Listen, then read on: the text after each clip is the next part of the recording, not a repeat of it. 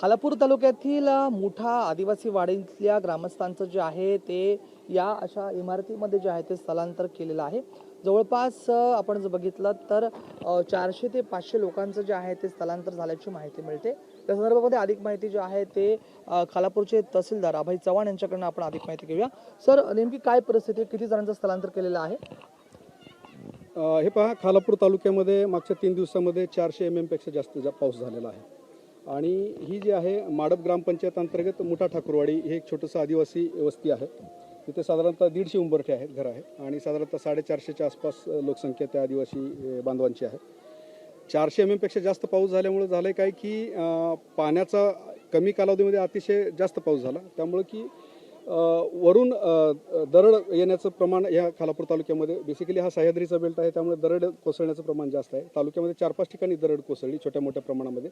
सुदैवाने कुठलीही जीवित वित्तहानी झाली नाही, परंतु इथे मुठा ठाकूरवाडीमध्ये काय झालं की मोठ्या प्रमाणामध्ये लँडस्लाईड झालं, दरड खाली आली आणि खाली वस्ती असल्यामुळे लोक घाबरलेली होती आणि आम्हाला याची कल्पना होती, कारण मागच्या वर्षी आम्ही याचा प्रस्ताव पुनर्वसनाचा ऑलरेडी शासनाला दिलेला आहे।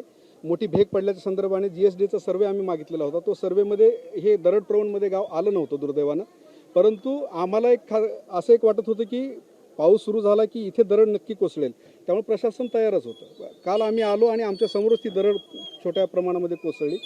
तातडीनं आम्ही भर पावसामध्ये निर्णय घेतला की ह्या सर्व 450 लोकांना आपण आता इथून स्थलांतरित करूया। आम्ही ही सर्व मंडळी जी आहे ती इथे बंद पडलेला प्रोजेक्ट आहे एक्झर्बिया, त्या प्रोजेक्टमध्ये ज्या काही इमारती होत्या, जे काही घरं बांधलेली होती जी बंद अवस्थेत आहे, त्या घरांमध्ये आम्ही या आदिवासी बांधवांना शिफ्ट केलेलं आहे।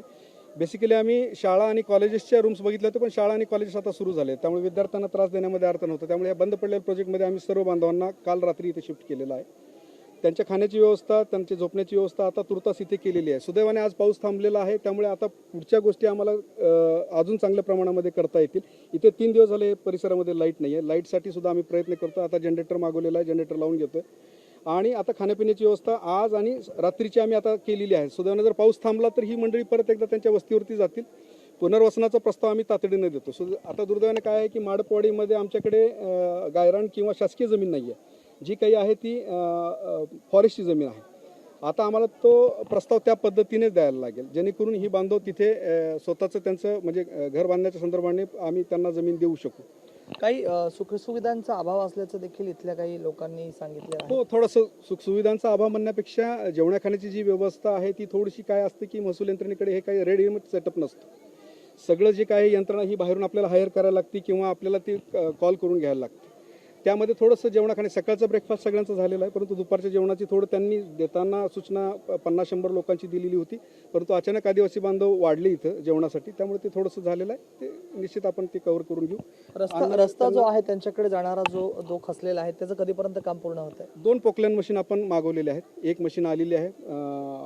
त्याच्यात पोकलॅन चालवणारा जो ऑपरेटर असतो तो नसल्यामुळे दुसरी मशीन आपल्याला चालवता येत नाही आहे। या दोन्ही मशीन आम्ही एकदाच ती लावून जी काही दरड पूर्ण खाली आलेली आहे ती काढून घेऊ आणि मग तो रस्ता पूर्वत झाला की आदिवासी बांधव आपापल्या घरी जातील। पाऊस थांबेल याची आम्ही वाट बघतो। पाऊस जर सुरू राहिला तर आम्ही निश्चितच त्यांना पाठवणार नाही, इथेच त्यांची व्यवस्था करू। धन्यवाद सर। आपण बघतोय मुठा आदिवासी वाड्यातील ग्रामस्थांचं या ठिकाणी जे आहे ते स्थलांतर करण्यात आलेलं आहे। या इमारतीमध्ये जे आहे ते सध्या या ग्रामस्थांना ठेवण्यात आलेलं आहे।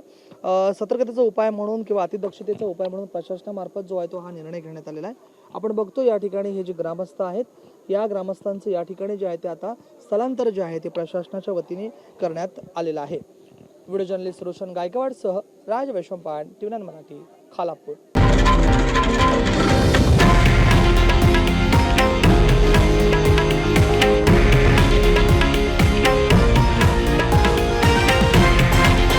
हे आहे देशातील नंबर 1 न्यूज नेटवर्क आणि आपण पाहत आहात TV9 मराठी, एकमेव।